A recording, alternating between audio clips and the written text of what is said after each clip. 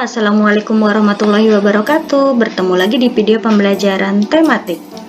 Hari ini kita akan belajar tema 2, subtema 2. Sebelum memulai belajar, mari kita bersama-sama membaca basmalah. Bismillahirrohmanirrohim. Perhatikan gambar di bawah ini. Di hadapan kalian ada gambar warga yang sedang melaksanakan kerja bakti. Kerja bakti merupakan salah satu contoh masyarakat yang melaksanakan kewajibannya untuk menjaga lingkungan dan juga contoh masyarakat yang bertanggung jawab untuk kebersihan dan kenyamanan lingkungan tempat tinggalnya. Nah, sekarang Ibu mau tanya, masih ingatkah kamu pengertian dari hak, kewajiban, dan tanggung jawab?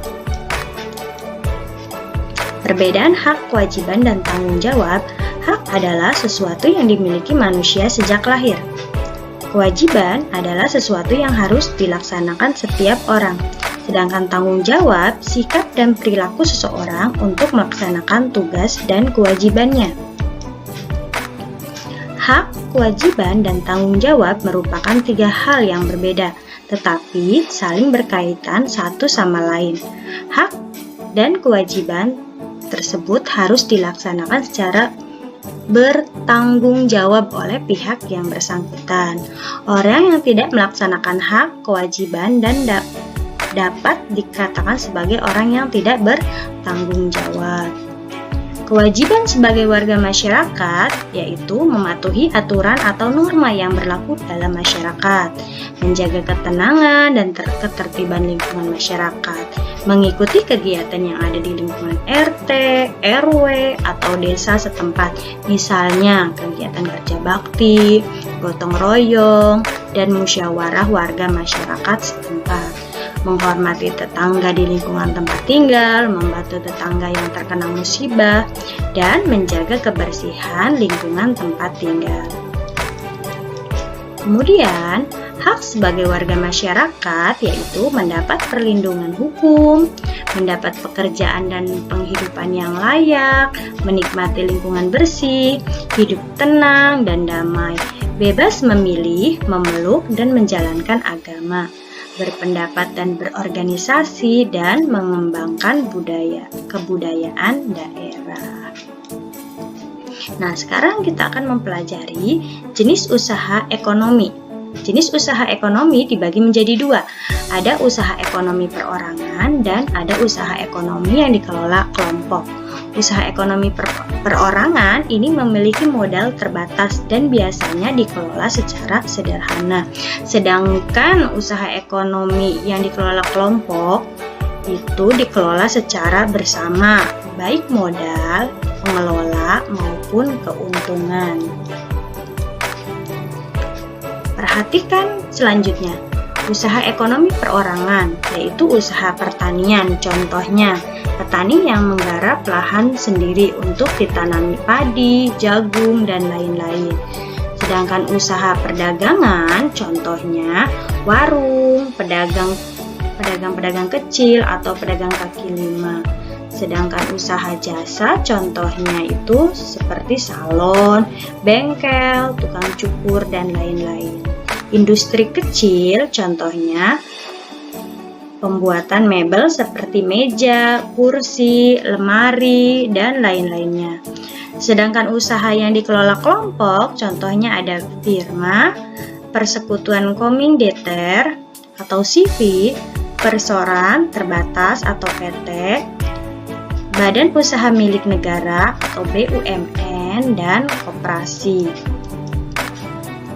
Firma yaitu perusahaan yang didirikan paling sedikit 2 orang. Setiap anggota memiliki hak melakukan tindakan. Sedangkan persekutuan kominditer atau SIPI, usaha yang memiliki 2 macam anggota, yaitu anggota aktif dan pasif. Anggota aktif berperan dalam menjalankan roda usaha, sedangkan anggota pasif bertanggung jawab dalam pemberian modal. Kemudian ada perseroan yaitu PT, perusahaan yang modalnya dihimpun dari beberapa orang dengan cara menjual saham, memiliki kewenangan terhadap perusahaan tersebut, dan berhak mendapat laba perusahaan. Kemudian ada badan usaha milik negara atau BUMN. adalah sebuah perusahaan yang seluruh atau sebagian modalnya dimiliki negara. BUMN dapat berbentuk perusahaan umum atau perum dan perorangan terbatas atau PT. Dan terakhir koperasi. Koperasi merupakan usaha bersama berdasarkan asas kekeluargaan. Di dalam koperasi semua anggota wajib membayar simpanan pokok dan simpanan wajib. Contohnya koperasi adalah koperasi unit desa ataupun koperasi sekolah.